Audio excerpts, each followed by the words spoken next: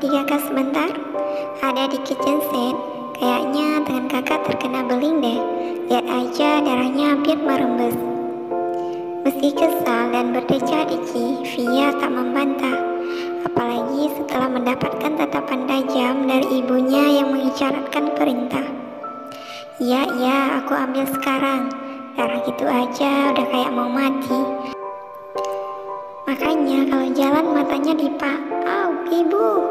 Pakai Via, kali ini giliran gadis itu yang tersungkur ke lantai. Safa meringis saat melihat kening Sylvia mendarat ke atas lantai pualam. Untung saja tidak mengenai sudut nakas yang lancip. Woi, kau sengaja ya mau nyelakain aku? Kau kan yang halang kakiku tadi? Baru saja Rosmani hendak membuka mulut untuk ikut menyudutkan anak tirinya itu, Safa keburu menekat mat ibu dan anak tersebut. Dengan lantang ia berucap, "Jangan asal nuduh ya. Memangnya kamu mau aku melakukan hal yang sama?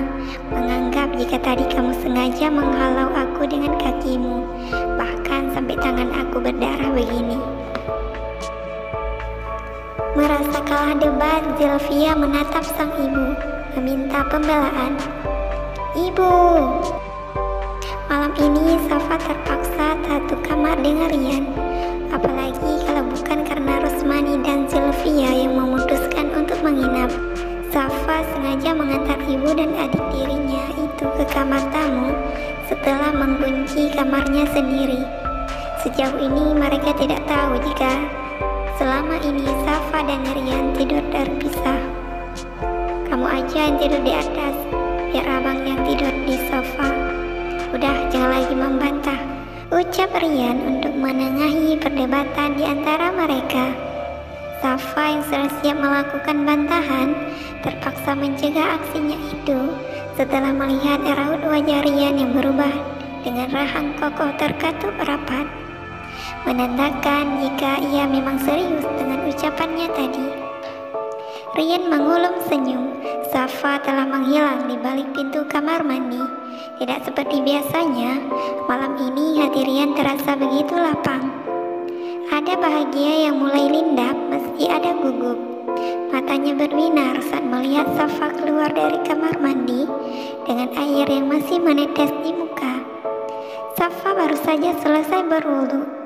Ia terlihat lebih segar dengan balutan piyama berbahan satin yang longgar.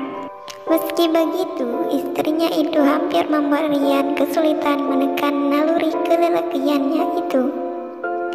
Jantungnya meletup-letup tak beraturan. Detik itu juga, tanpa sengaja Rian menelan ludah.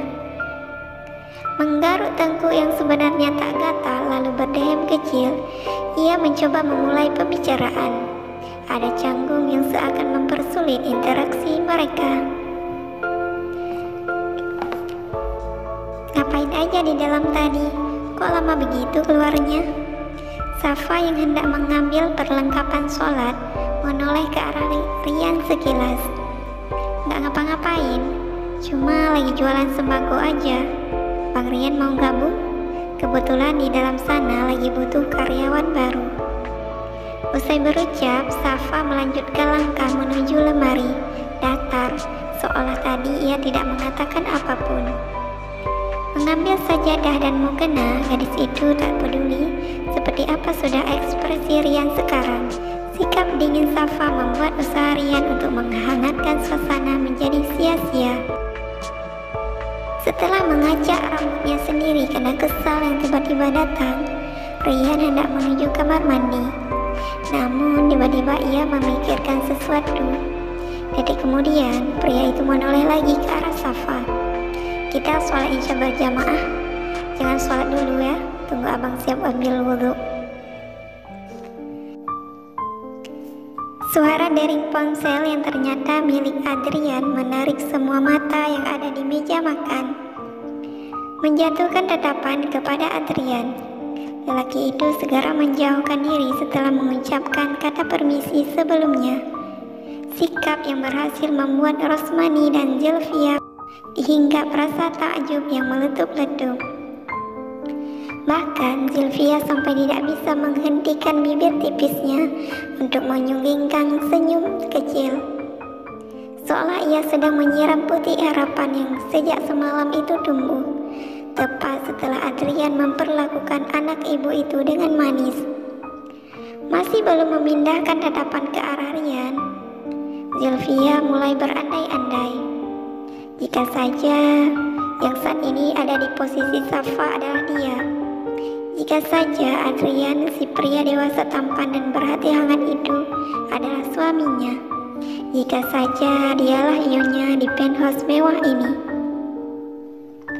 Safa, sepertinya abang harus segera pergi. Asisten abang baru saja memberi kabar. Investor terbesar perusahaan yang menetap di Kanada saat ini sedang berada di Grand World Hotel, dan beliau baru saja bergerak menuju kantor. Kamu tahu kan, sebagai owner, abang harus memberi penyambutan istimewa untuknya saat tiba di kantor nanti.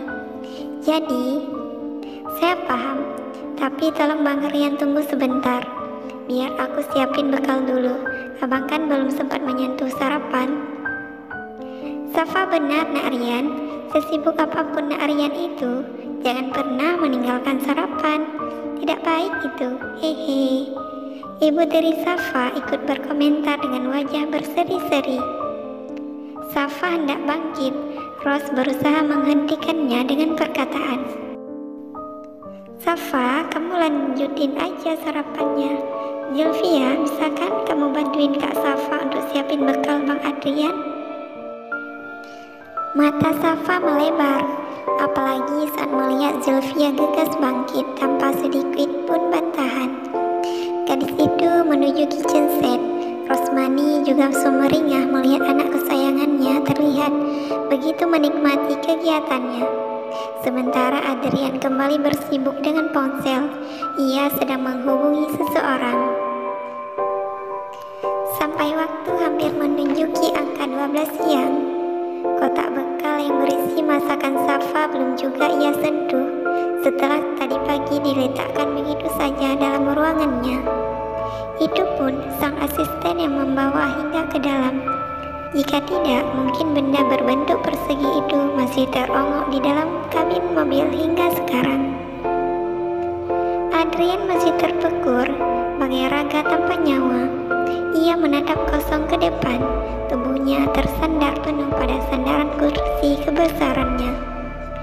Di dalam ruangan yang didominasi oleh putih gading itu, Adrian tidak bisa sedikit pun untuk tidak memikirkan wajah gadis yang beberapa waktu lalu berhadapan dengannya di ruangan rapat.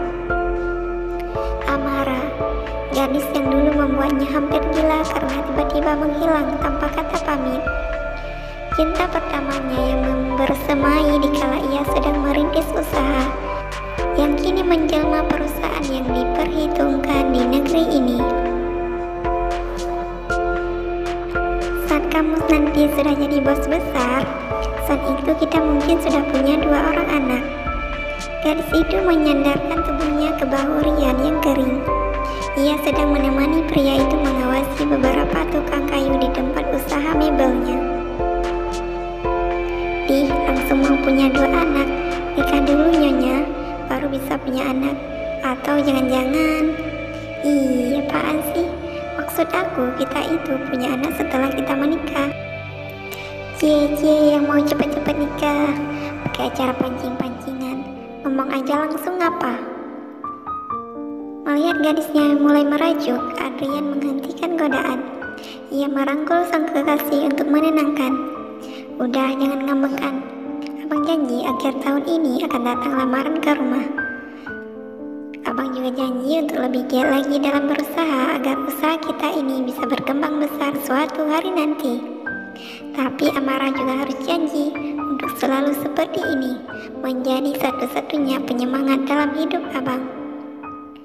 Dengan mata yang sudah berkaca-kaca, gadis berponi penuh itu mengangguk sendu. Amara janji. Tanpa sadar, sudut bibir Adrian terangkat mengenang kisah manisnya beberapa tahun yang lalu. Saat itu ia baru saja mengantarkan pesanan pelanggan. Ranjang dari kayu jati dan ukiran Jepara.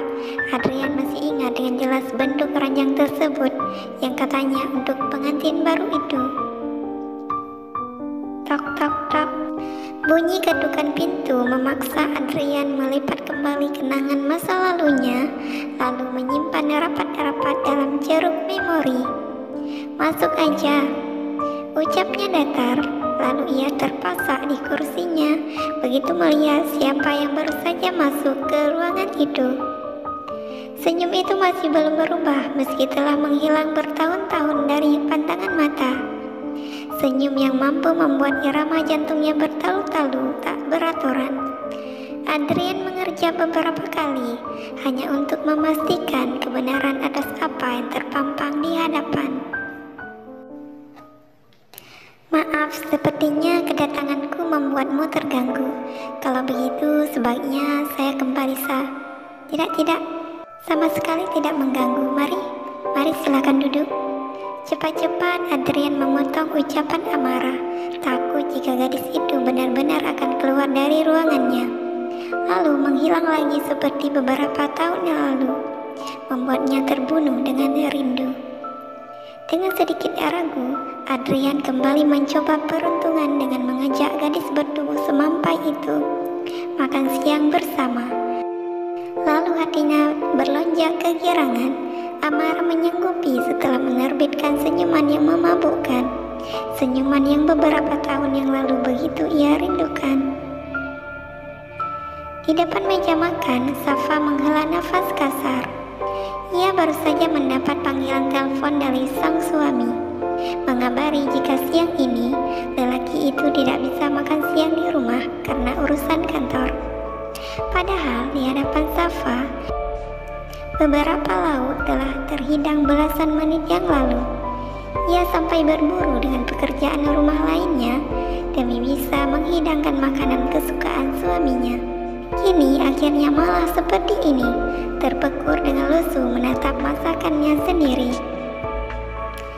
Seolah apa yang Ros ucapkan beberapa waktu yang lalu adalah benar. Safa memang tak berarti apapun di mata suaminya, kecuali hanya sebagai pengasuh atau seseorang yang lebih mirip pembantu saja. Tanpa permisi, beberapa bulir air menetes membasahi pipinya.